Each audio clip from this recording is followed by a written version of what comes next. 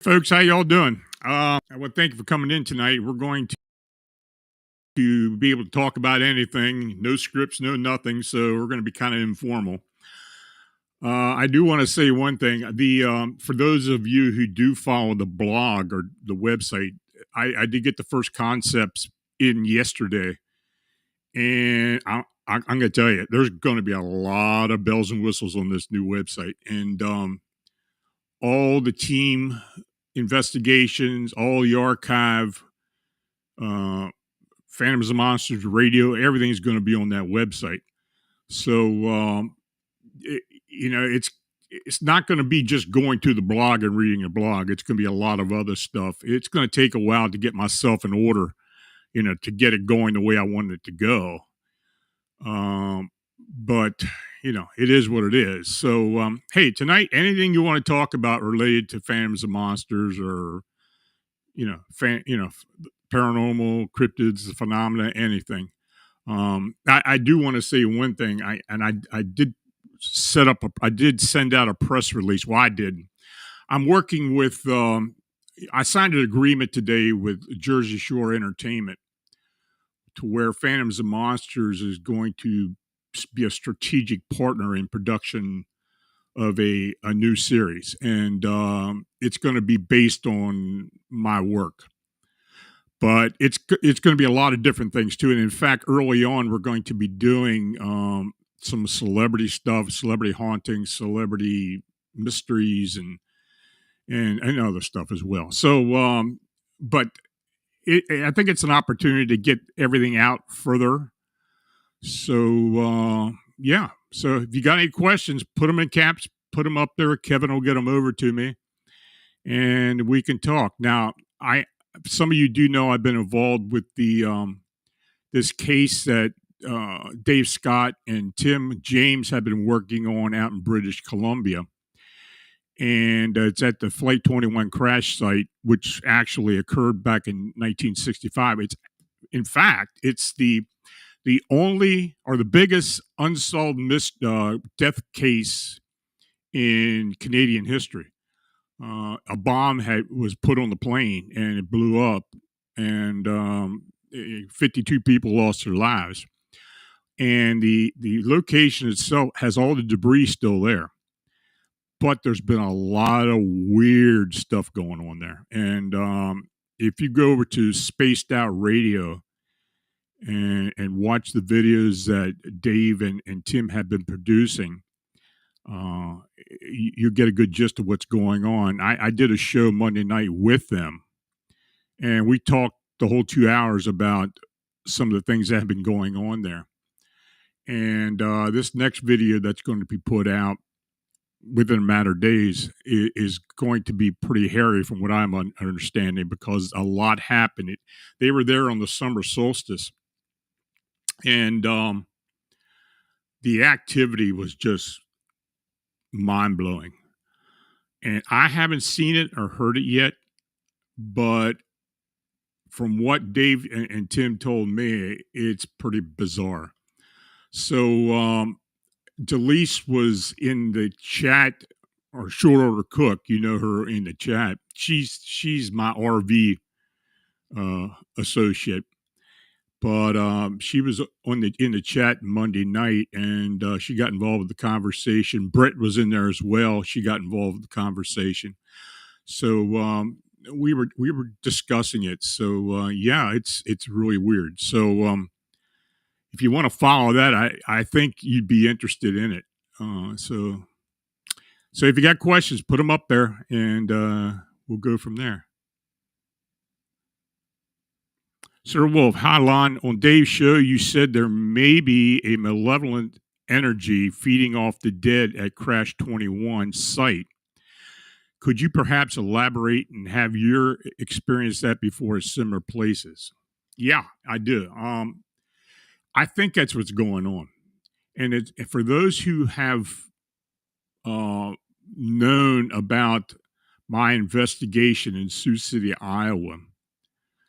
In fact, it's titled The Sioux City Entity. I've got a video on YouTube about that, and I actually think it's the one of the videos is in the member section, so you can watch it. But anyway, the phenomena that I believe is going on at Flight 21 crash site is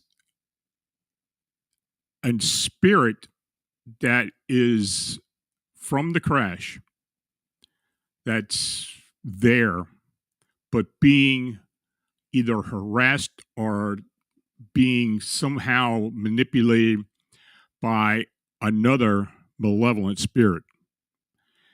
And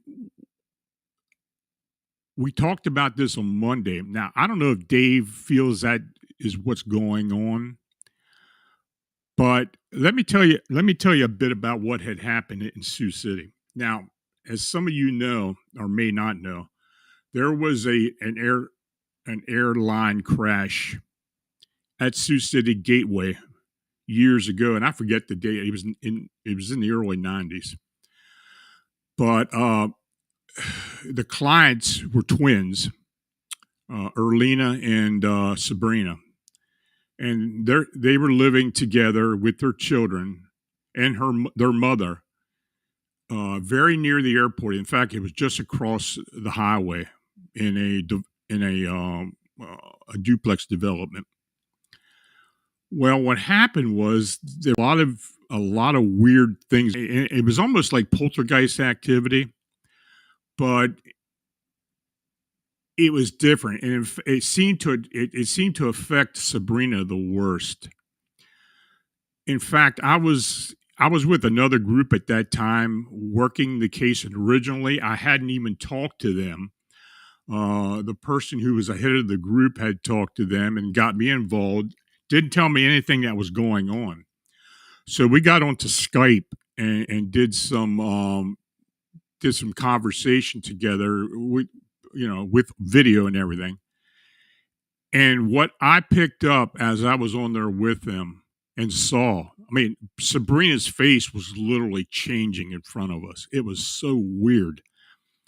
There were things flying out of the cupboard, the crosses, and the girls were religious, and particularly Erlina.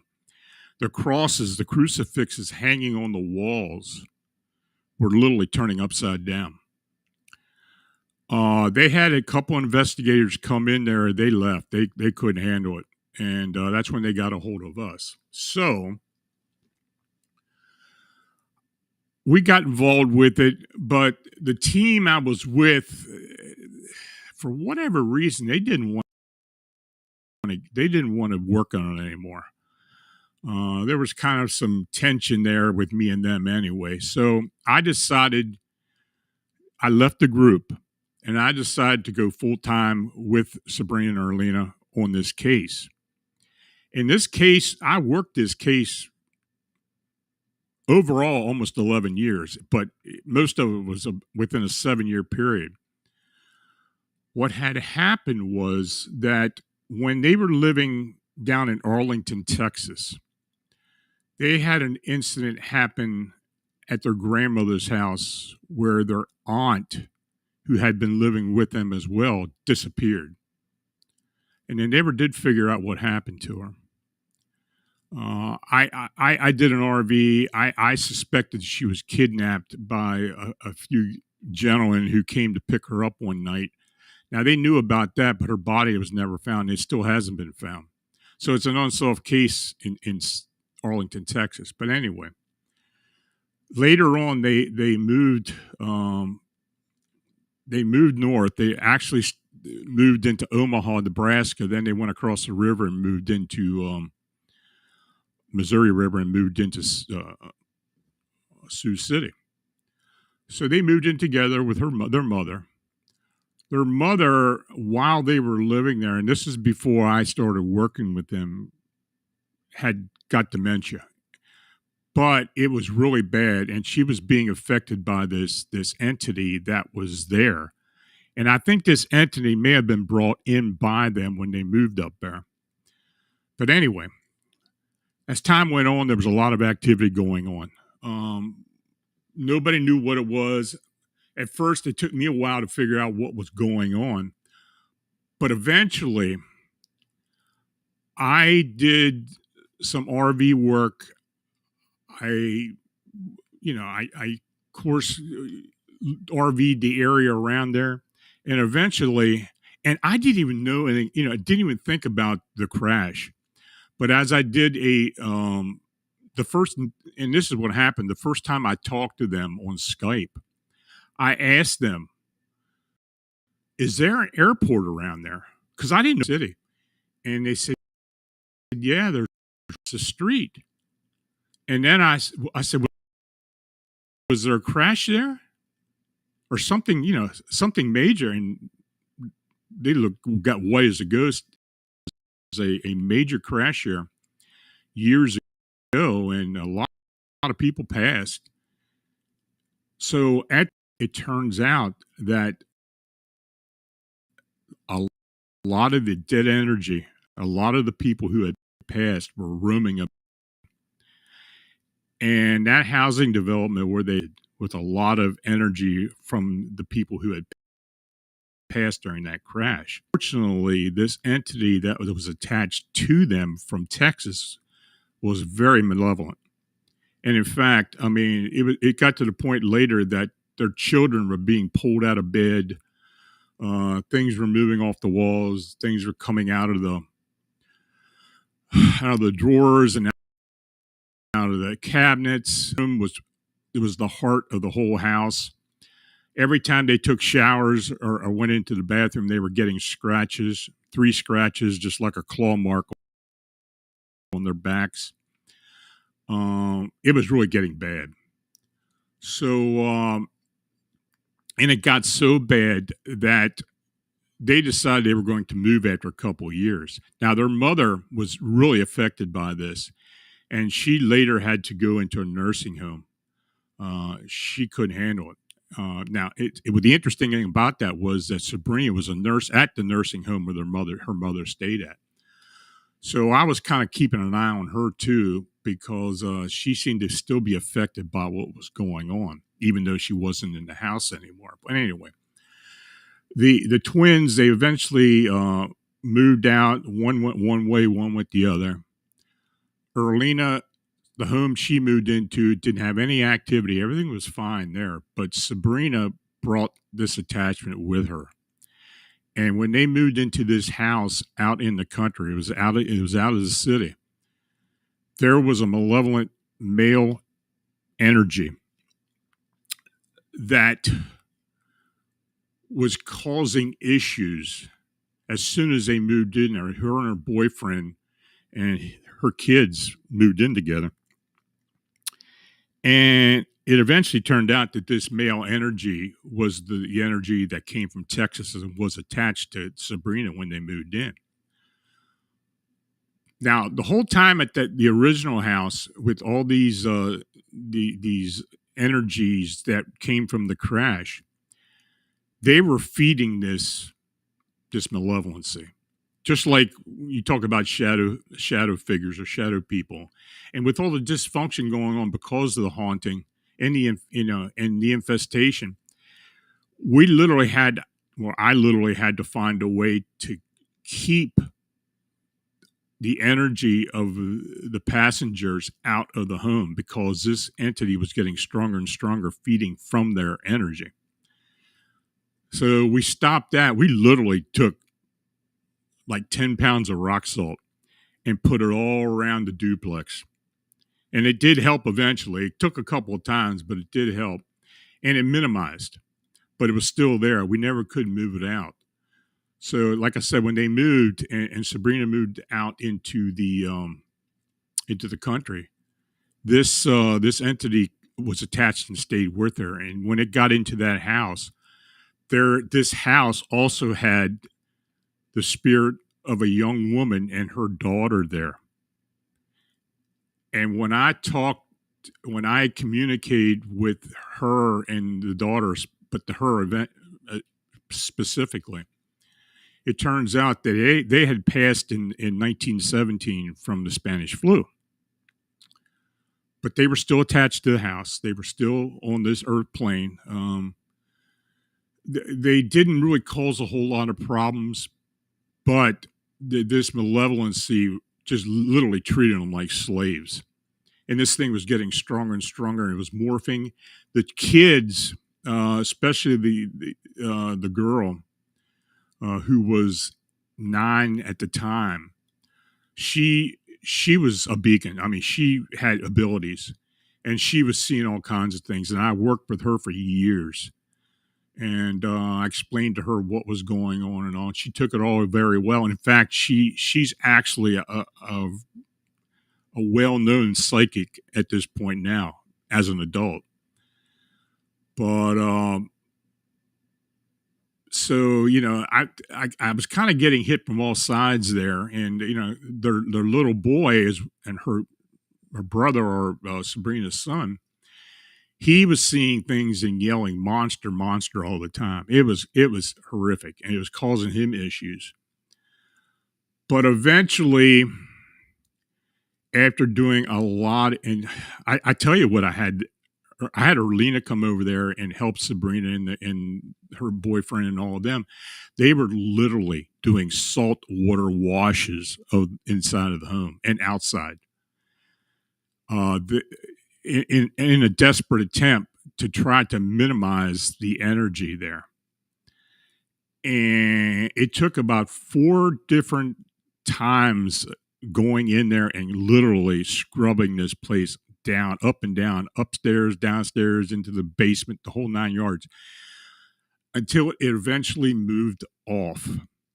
I had nothing to do with it moving off.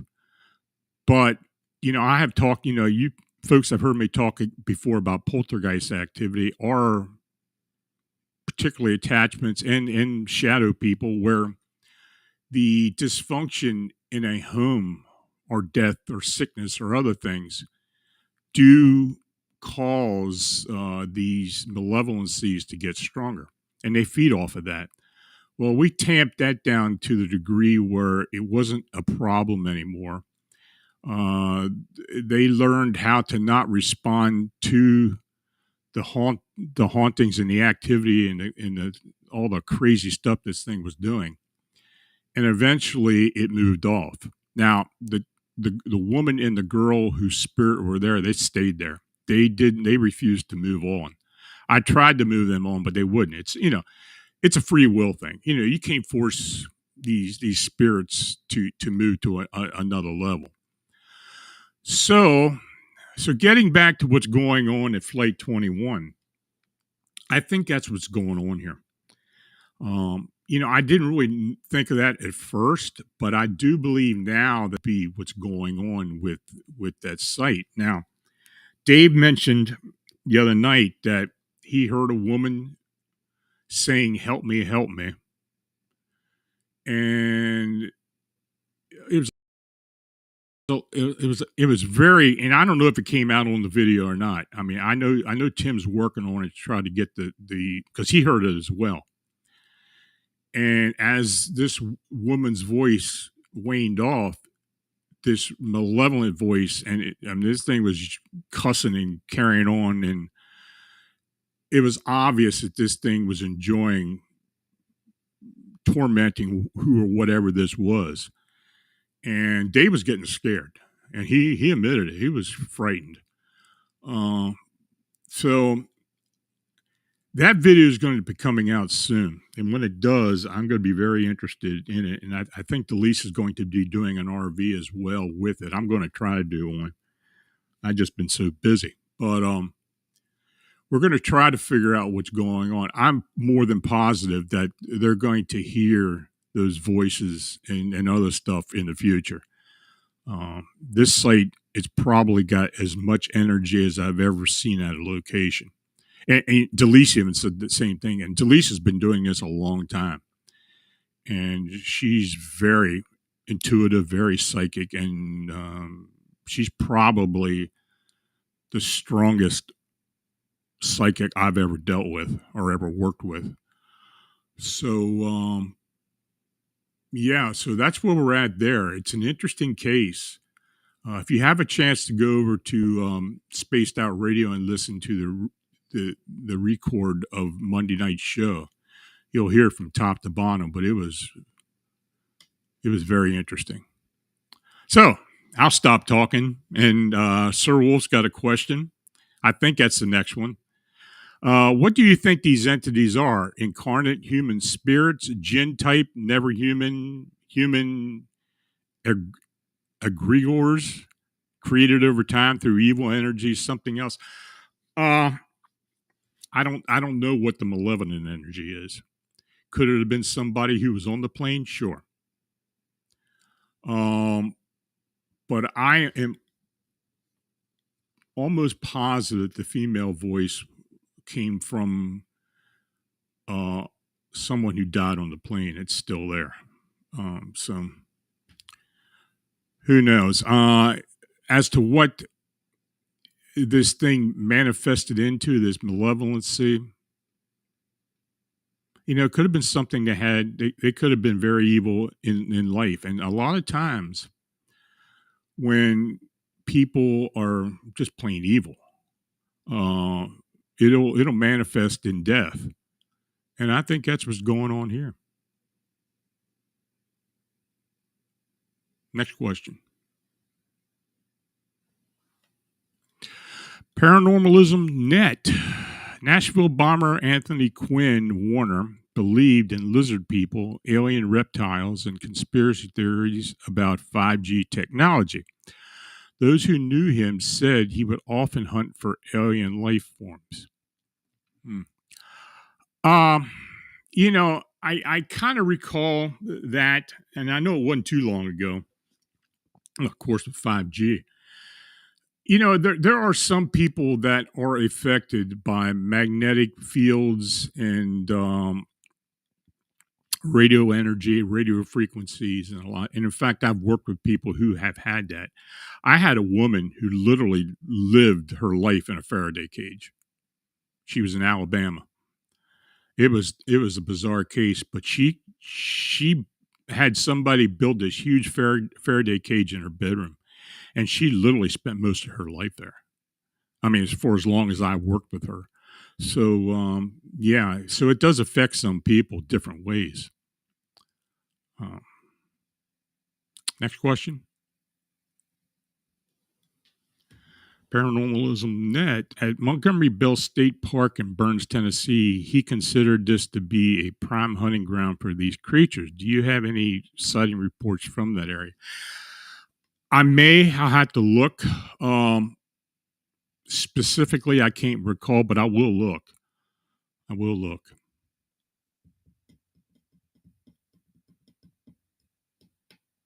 Paula asks, do you think red brick dust keeps spirits out or off a property? I have used it. I have done a lot of divination in the past, and I have done a lot of conjuring. I have created a talisman for people who have certain things, and I have used red brick dust. Does it help? I think it probably does. There's people use different things. Red brick dust. Some people also use just graveyard dirt and other other elements when they make these things, when they make these talisman or juju bags or whatever you want to call them. I don't talk a whole lot about this. I have done a lot of work the with the Solomon's Key as far as working and doing candle magic and other things. And I haven't really done it for a long time. I occasionally have tried to do it here, but I kind of stopped that in 2018 when I moved to where I'm at now. When I was living in my grandmother's old house, I had a whole room set up for that. But right now, I just don't have the room to do it. I guess I could. I do have a room upstairs I could do it. But now I have used it in cases, and I have made these talisman and juju bags for some cases. They do help. But as far as it keeping spirits out or off of property, if it's conjured correctly, if it's done under the right intention, and intention has a lot to do with it. If the ritual is done correctly, many times I used the Lesser Keys of Solomon when I was doing that, the sixth and seventh book of Moses, and other Kabbalah type rituals, as well as the powwowing and other things that I've been involved with for many years. It does work sometimes, but sometimes it doesn't. And a lot of it depends on how the client takes it. If the client doesn't believe in it, and I do have to explain it to them for them and not explain what's going on. They don't buy into it, and they don't use affirmations that I asked them to use. Many times it won't work. But if they don't go beyond, a lot of times it will. Now, some people say, well, that's a pseudo type thing, and it's all in the mind and all. Well, it may very well be. But I think a lot of what we use as magic or divination, even though I don't necessarily like to use it all the time, because divination can really get you into a bind. You folks know how I feel about Ouija boards. That's basically divination. But using tarot and other means, candle magic and crystal balls and crystals, because I use crystals very heavily. It's something I'm very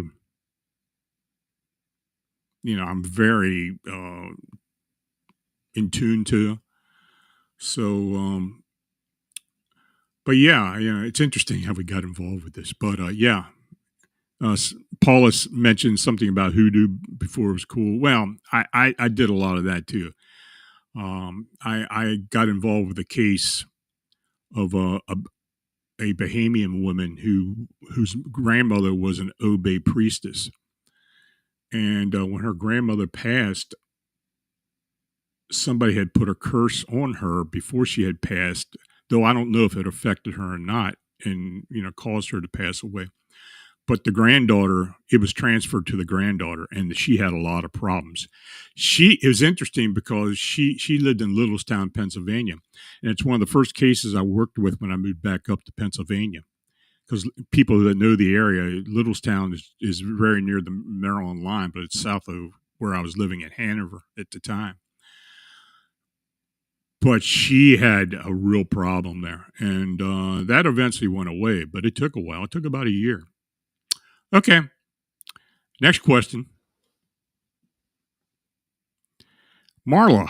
What is your personal form of cleansing before and after investigation? I use white and golden light. I have always used affirmations. I always keep certain crystals with me. Sometimes I will make a talisman for a specific case and keep it with me. But I believe that immersing yourself in projected light, gold and or white light, to the point where it emanates from you from top and surrounds you to the point where it covers your aura. Now, some people have very wide auras. There have been times when I have been involved with an investigation and have literally seen the auras from the person who I'm working for. That's something that I'm not really in tune to, but it does happen on occasion. It just depends how bad things really are going on. Oh, I see Delise is in tonight. Good. But that's what I use. Now, I have been psychically attacked in the past during RVs. I have learned to take heed before I do anything like that, even when I go to a location. I don't go into any location and start bullying spirits. Some people do that, and I don't know why they do it, because they're going to get themselves in a bind eventually. You know, these people go into cemeteries and graveyards and start evoking things and start picking stuff up and bringing it home with them. I mean, you know, I have worked with a lot of people who have been involved with paranormal or so-called paranormal investigations, go into certain areas unprotected, and they pick up a really bad attachment, and it's hell to get rid of. Next. Sir Wolf, when you RV, is a different technique to controlled or CRV, blind targets, numbers, etc., as you completely bilocate, like when you saw the reptilian, maybe because you're psychic? I use coordinate remote viewing. Now, some people call it controlled remote viewing. Controlled remote viewing, and Delise can tell you, involves a monitor. Coordinate remote viewing, for the most part, uses a monitor, and then there's scientific remote. Shorter Cook, Delise, she can probably tell you what type she uses. I think she does a little more than I do, but she's very psychically in tune. So she picks up a lot more than I do, and a lot quicker too. So, but as far as the type of RV I use, like encrypted cases, and what I'm using now for what Dave's investigation, it's basic coordinate remote viewing. And you go through phases. You go through the phases. You try to pick up on certain things. Like I mentioned the other night on Dave's show, as time goes on, as you go through the phases, you go deeper and deeper into it. It always, in my case, turns into a psychic endeavor. I start picking up on things that really aren't part of the RV. That's when you really start picking up and understanding what's going on. Next.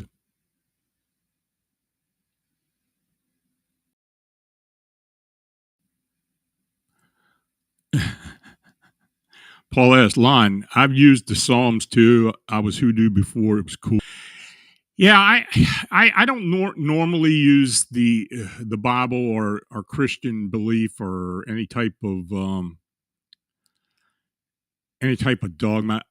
I am not a very religious person, though I'm very fascinated by religion.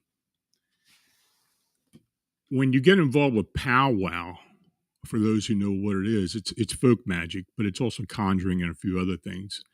There's a recipe book that's called The Long Lost Friend. It's something I have carried with me for years. It's almost like my talisman. But I don't conduct or perform powwow like most people in this area that do it. Uh, they use the recipe book, but they use a lot of religious connotation with it.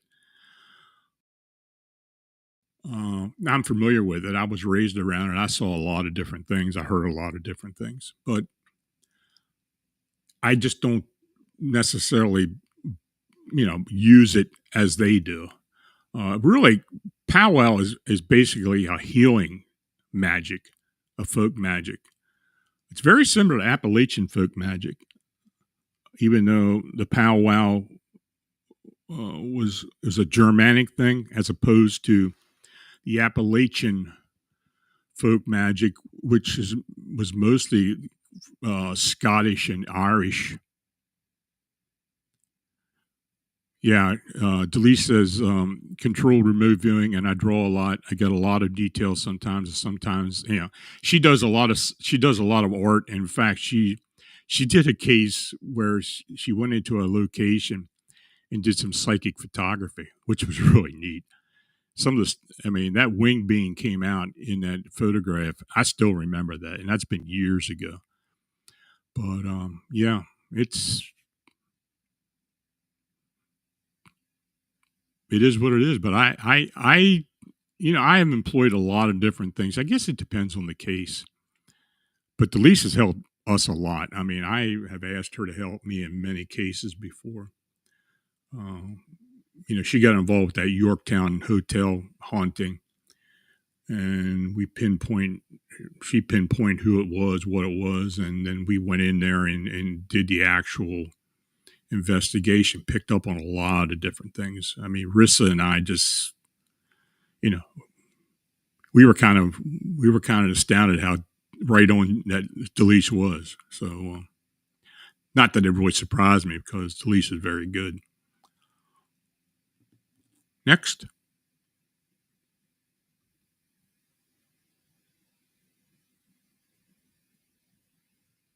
Okay, folks, you want to call it the night? Let me know. If you don't have anything else you want to mention. Again, I'm going to get this. I'm going to try to get this website up sooner than later, but I'm figuring it's going to be about 2 weeks. Um, but it's going to be bigger and better, and it's probably coming at a right time because I'm getting involved with this production company now, and there's some other things going on. Of course, with Dave's investigation, that's some really bizarre stuff. I'll be interested to see what Delise mentions later on about that. And Delise, I don't know if you heard me, but the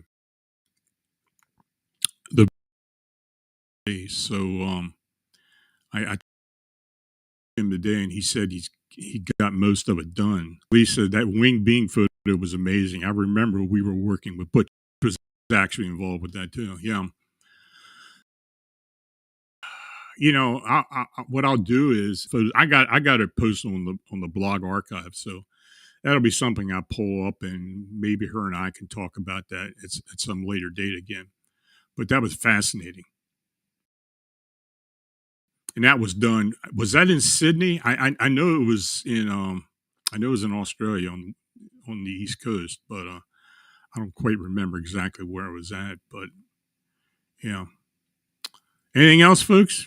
Any more questions? Well, I hope to see you all on Friday night, and thanks again for coming in. I know everybody's been bugging Marla about me starting this back up again, but when I changed platforms, it wasn't as easy for me to do it. But then I talked to Kevin. Kevin agreed to it, and we're good to go. So I'm going to try to do this every month or so. So yeah, if you got questions, bring them up. I mean, write them down, keep them around. Paranormalism Net asked, "Are there still flying humanoids showing up in Chicago?" Getting them. Um, Few and far between, but it's still going on. Liverpool Technical College, is that in Sydney? But no, Chicago. It's still going on in Chicago. Um, I've had a lot of people getting a hold of me about old sightings now that the Netflix the Unsolved Mysteries thing went up, and so I am getting some feedback off of that, and we did some investigations with some of the others, but right now we're at 186 uh, reports, sightings, encounters that we believe are valid. And sometimes these sightings wane off and on, and oh, okay, Sydney. I thought it was anyway, but yeah, but it's still going on. Okay, well, we're gonna close it up for tonight. You'll have a good couple of days. I'll see you all on Friday night, and you take care. Good night.